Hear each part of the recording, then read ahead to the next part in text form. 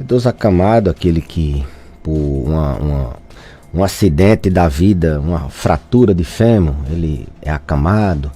Aquele que teve um AVC, aquele idoso que evoluiu no seu envelhecimento de maneira,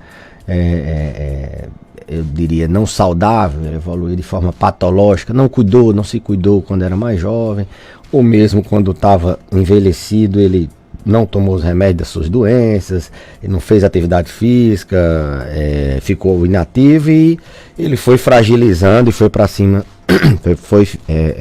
ficando imóvel em cima de uma cama.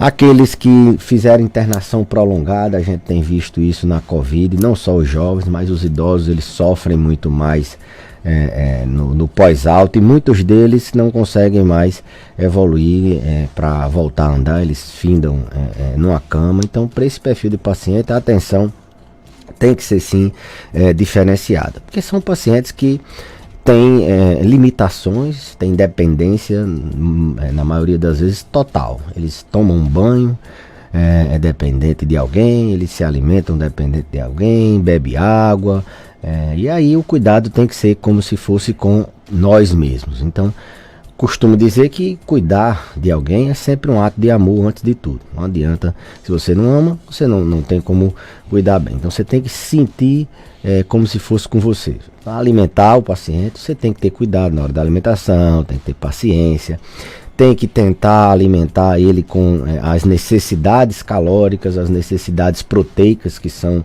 necessárias para um idoso acamado, e dependendo das doenças que ele tenha, essa alimentação ela tem que ser até um pouco maior, ela tem que ser um pouco com a quantidade de proteína, por exemplo, maior. Se é um paciente que tem pouca massa muscular, essa nutrição tem que ser maior, diferentemente do que se acredita, de que tem que ser alimentações mínimas, às vezes até em seringa, em colher. Não, ele tem que comer de uma maneira, muitas vezes até acima um pouco do que deveria, se ele não tivesse naquela situação acamada, porque ele está num estado de autoconsumo, eu costumo dizer isso.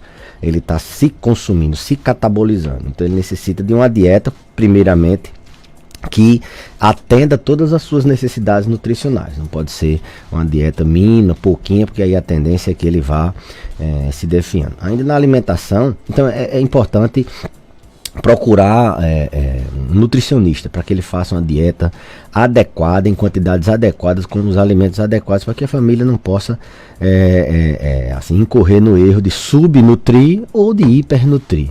Tem a questão da hidratação também. As famílias muitas vezes, pelo fato de ser acamado, não pedir água às vezes, ou não sentir sede, diminuir a quantidade inconscientemente, inocentemente eu diria, e não atentar aí, seria adequado que elas tivessem uma rotina de horários para hidratar esse paciente. E isso tudo, Marcos, tem que ser de maneira onde o paciente evite o máximo se engasgar, né? Ele tem que se alimentar sentado, se não tiver como sentar, tentar procurar uma cadeira de hospital, tentar procurar, se ele ainda tem algum grau de locomoção, tentar sentar ele, seja para beber água, seja para se alimentar, porque o engasgo, a disfagia é muito complicado para ele. Ele fica com medo de se alimentar, ele desnutre novamente, por causa que toda hora que vai comer ele se engasga, ou quando ele vai beber água ele se engasga. Então, para que você minimize o risco dele se engasgar, o ideal é passar pelo menos, se alimentar sentado, e passar pelo menos meia hora sentado. A gente sabe das limitações, das dificuldades que a gente tem na sociedade, as famílias não têm condições às vezes de pagar um cuidador, muitas vezes a função é de um filho, de um neto, de algum parente, que ele, além de cuidador, ele tem que cuidar da casa, tem que cuidar de outros afazeres, e muitas vezes isso fica muito pesado. Mas o ideal, para que ele não venha a ter engasgo, perder peso porque não consegue se alimentar, ou ficar fazendo pneumonia, que ele se alimente sentado. Na alimentação ainda é importante que toda vez que se alimentar, fazer uma higiene da cavidade oral. Se não der se ele tiver prótese, tem que escovar a prótese, limpar, tem aqueles Listerine, tem que ter, se tiver dificuldade, pedir avaliação da odontologia.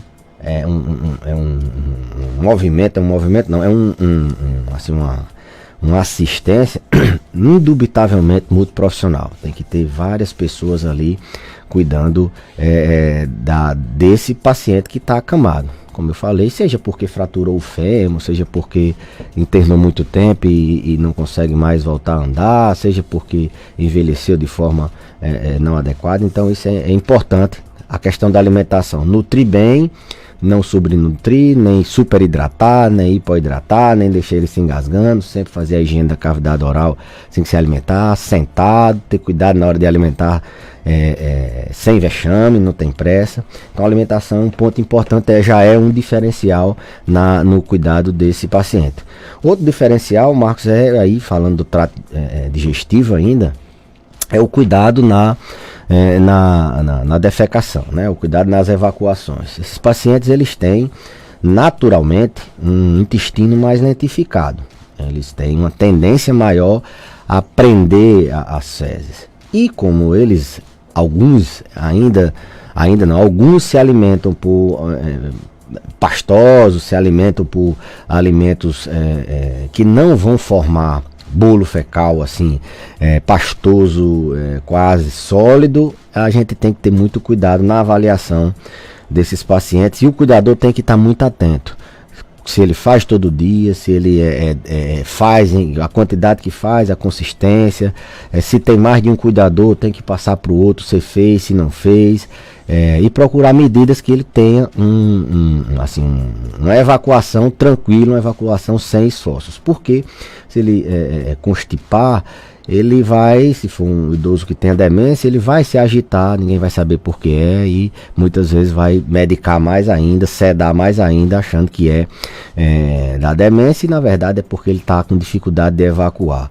Se tiver dificuldade de evacuar, sair fezes ressecadas, ele pode ferir a região retal e aí isso causa dor. Então muito cuidado para tentar fazer com que ele não fique assim constipado. Algumas manobras de colocar ele na posição para evacuar naquelas cadeiras, ou mesmo sanitário se for possível, isso já facilita a posição. Tem algumas massagens abdominais que a gente pode fazer, tem alguns medicamentos laxantes que a gente pode fazer para que ele possa evacuar de maneira satisfatória. E se isso não for possível, a gente até pode recomendar que o paciente faça uma lavagem intermitente a cada 2, 3 dias, para facilitar o cuidado com ele. Facilitar, porque assim que evacua, a gente sabe que tem que ter a higienização, tanto da região anorretal, como da região ali periretal, tem que limpar a virilha, tem que limpar, trocar fralda. Então é mais um fator, é mais um cuidado que a gente tem que ter especial, que é na higienização. Então evitar constipar, evitar sempre, evitar deixar sujo alguma coisa, sempre lavar, e evitar ficar assim muitos dias sem evacuar. E falando de higienização, também ter cuidado na higienização dos órgãos genitais. Muitas vezes por pudor, às vezes é uma cuidadora, uma filha, uma neta que cuida do avô, e ela tem um certo pudor para fazer a higiene, e isso tem que ser quebrado, isso tem que se acabar. Ela tem que abrir o prepúcio, que é aquela parte do pênis que expõe a glândula, a cabeça, né, assim vamos dizer. Tem que lavar ali, tem que ser bem rigoroso no cuidado da higiene do sexo masculino. Do feminino também tem que fazer higiene íntima direitinho, isso é fundamental. Observar também faz parte do cuidado também. O banho, né, a gente está falando de higienização. Muitas pessoas me perguntam: doutor, quantas vezes o banho? Aqui é uma região muito quente, aqui eu dou 200 banhos por dia. Outros dizem: não, eu dou só 2, dou 1. O que é o ideal? Como é que a gente faz essa higienização do banho? O banho, assim, o ideal, com sabonete, de preferência um sabonete neutro, um sabonete que não irrita a pele. O ideal é que seja uma vez por dia, você passar sabonete, principalmente nessas dobras, né? Axila, na região inguinal, que seja uma vez. Mas você pode dar mais de um banho por dia, 2, 3, como eu mesmo falei. a região é quente, né? Então a gente pode, nem todo mundo pode comprar um ar-condicionado e muitas vezes as casas não têm uma ventilação adequada. Então você pode até molhar várias vezes, dar vários banhos, sempre com cuidado de não passar sabonete em todas as vezes, deixar para passar apenas no máximo 2 banhos por dia. Isso evita de que a pele resseque e ele possa abrir ferimentos na pele, dar coceira e assim por diante. Após o banho, sempre passar um hidratante na pele. É importante a hidratação da pele para evitar exatamente as famosas úlceras, né, por decúbito. Aquelas úlceras, escaras, antigamente falava, aquelas feridas que podem aparecer num paciente que está ali sem mobilidade, maior parte do tempo deitado numa cama, com as costas ali toda hora pressionando na cama. Hoje a gente já tem uma facilidade de encontrar colchão que eles sozinhos eles conseguem meio que mudar a posição do paciente e vai descomprimindo as áreas e prevenindo essas úlceras de decúbito. Então hidratar já evita muito, hidratar o pé, as pernas, a área, as costas, também a gente quando lava também tem que lavar as costas, tem que hidratar as costas.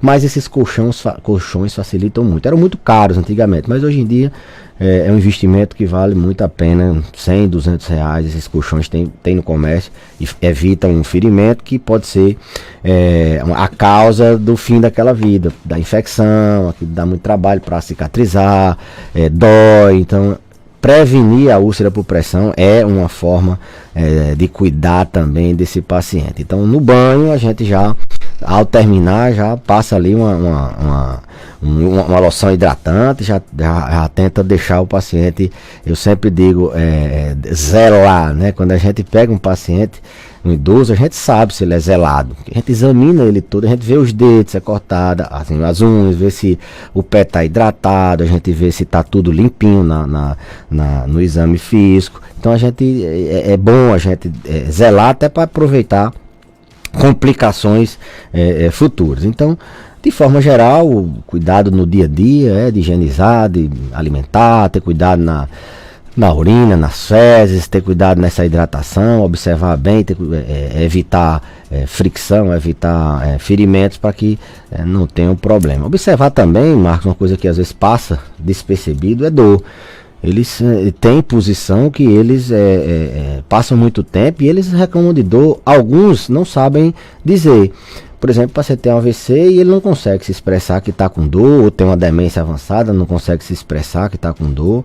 E a família tem que estar muito atenta a esse sintoma, que é um sintoma que incomoda muito e muitas vezes os pacientes são medicados para se acalmar com medicamentos para botar ele para ficar calmo, e na verdade ele está com dor. Então tenha sempre algum medicamento, converse com o seu médico, tenha sempre algum medicamento para se você perceber dor, você dá dor. Então os cuidados gerais são esses, além do acompanhamento, Marcos, de perto, muito profissional, ter sempre, e hoje o Estratégia de Saúde da Família faz muito essa questão, o paciente ter contato com agente de saúde, com o enfermeiro, com o técnico de enfermagem, com o médico da sua unidade, ou com o médico da sua confiança, ter contato com outras pessoas que vão sempre com um profissional da odontologia, com o fonoaudiólogo, que faz a questão da disfagia, com o nutricionista.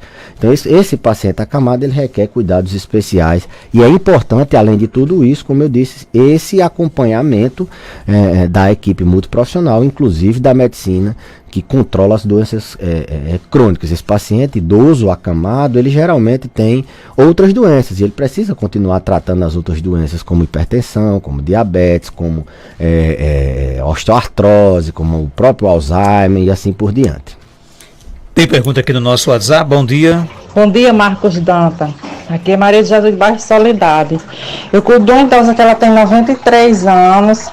Aí ela tá vendo as coisas, fica vendo as coisas, diz que a casa tá suja, tá vendo umas pessoas com os dentão. E o que é que pode ser? Ela não enxerga e diz que tá vendo essas coisas. É fraqueza. Pergunta ao doutor Belice se eu devo levar ela para consulta de novo, porque ela disse que não quer ir, não. E aí, doutor Belice? Bom, 93 anos é uma idade onde a incidência de demências em geral, não só o Alzheimer, é muito alta, acima de 50% dos pacientes eles têm algum grau de demência, a incidência é muito alta, ou seja, ela já tem uma idade suficiente para a gente pensar assim em Alzheimer. Transtornos psicóticos nessa idade é muito raro, ela abrir um quadro de esquizofrenia nessa idade é muito raro, um quadro que é comumente conhecido como loucura, é muito raro.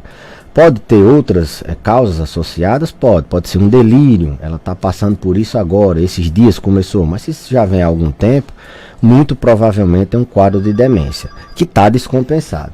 Essas alucinações, sim, e outra coisa, paciente que não enxerga, ele tem um risco ainda muito maior de ser uma demência e de cursar com alucinações visuais, que é essa questão de ver as coisas. Isso tem sim que ser tratado, tem que ser reavaliada, porque ela está descompensada.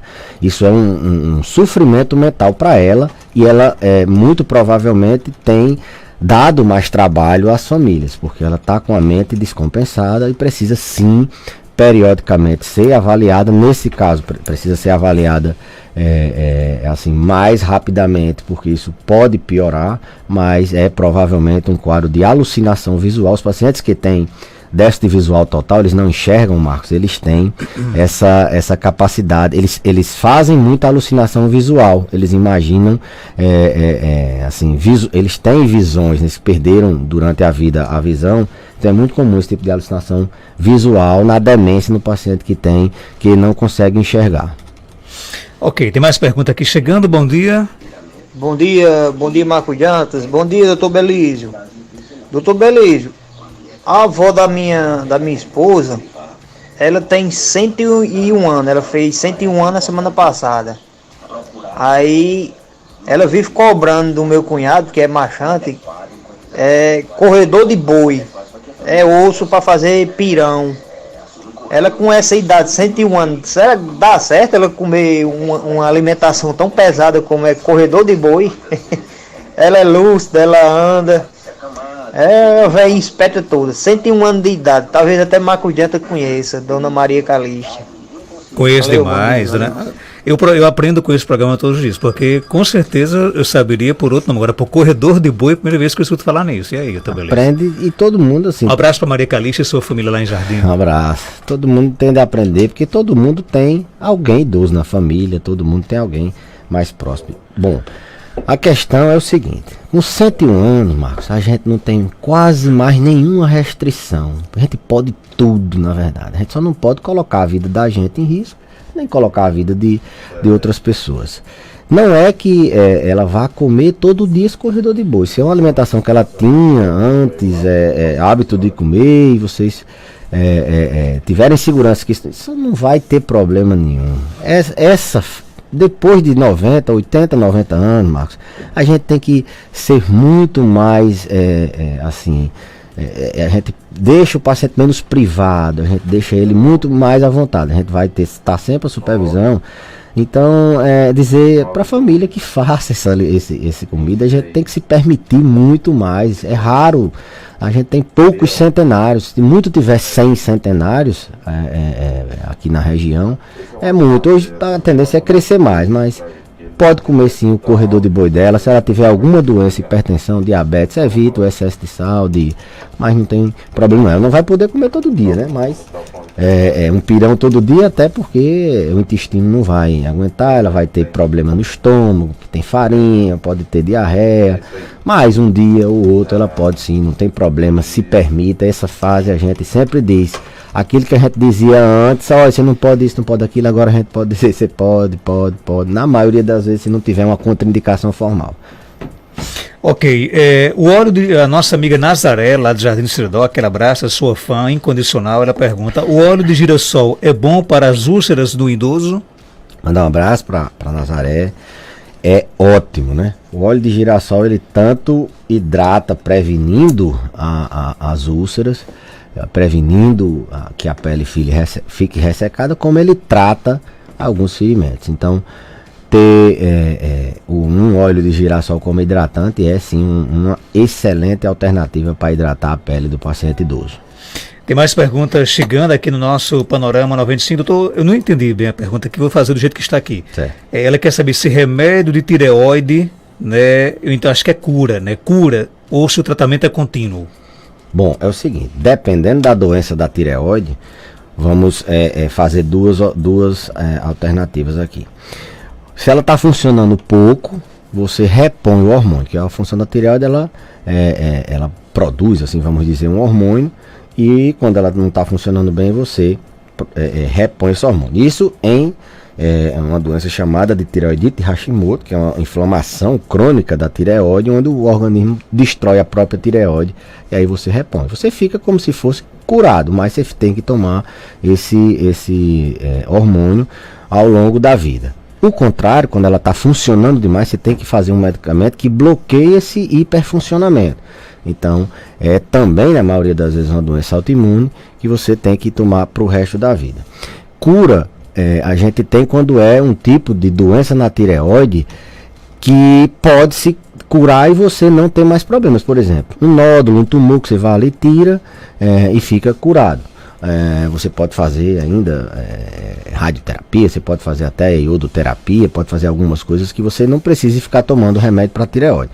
Mas na maioria das vezes, doença autoimune, ela não tem cura, ela tem controle, tem tratamento, você repõe ali o hormônio, você bloqueia o funcionamento da tireoide e você, como hipertensão, como diabetes, como outras doenças, você fica tomando aquele. Agora tem algumas que são doenças causadas por outro fator que tem sim resolutividade definitiva, dependendo do tipo de doença, certo? Tem algumas algumas nuances da tireoide no paciente idoso, a gente tem que levar em consideração. Por exemplo, o hipotireoidismo no paciente idoso, ele é mais tolerável a níveis mais altos de TSH, que é o hormônio, é o exame que mostra que a tireoide está funcionando pouco. Quando ele está alto, porque a tireoide está funcionando pouco. Então a gente até um valor de 10, a gente não tem indicação de repor, desde que o paciente não tenha outros comemorativos, ele não tenha sintoma grave, que ele não tenha, que ele seja subclínico na verdade. Então, algumas nuances dos dois tipos mais comuns de doença da tireoide, o hiper e o hipotireoidismo. No idoso ele é um pouquinho, tem alguns valores um pouco diferenciados, mas de forma geral, a doença da tireoide é uma doença simples de tratar, é uma doença que causa muito problema, tanto o hiper como o hipotireoidismo, mas que tem fácil diagnóstico e o manejo relativamente simples. Tem mais perguntas chegando, bom dia. Bom dia, Marcos Danta. Perguntei ao Dr. Belísio, porque minha mãe tem 87 anos e ela dorme a noite todinha, ela acorda uma vez ou duas à noite e quando é no outro dia ela disse que não dormiu, passou a noite acordada. O que é que vai ser isso?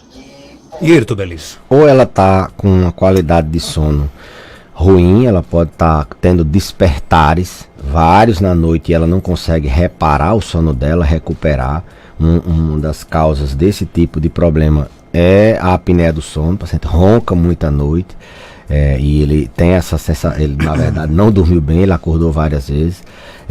Outras vezes os pacientes eles têm tosse, se engasga, vai no banheiro e o sono dele fica prejudicado também. Mas por outras vezes, Marcos, é transtorno do sono mesmo que altera o sono dele. Então, a gente tem que ver se ele não tem uma demência, se ele não está com esse sono prejudicado, ele está com a impressão que não está dormindo bem à noite, certo? Então, se ele tiver com essa impressão, a demência faz isso, tem a impressão que ele não está dormindo bem à noite, tem que ser avaliado isso. Muitos deles dormem muito e acham que não dormiu nada, ele está com a percepção do sono alterada.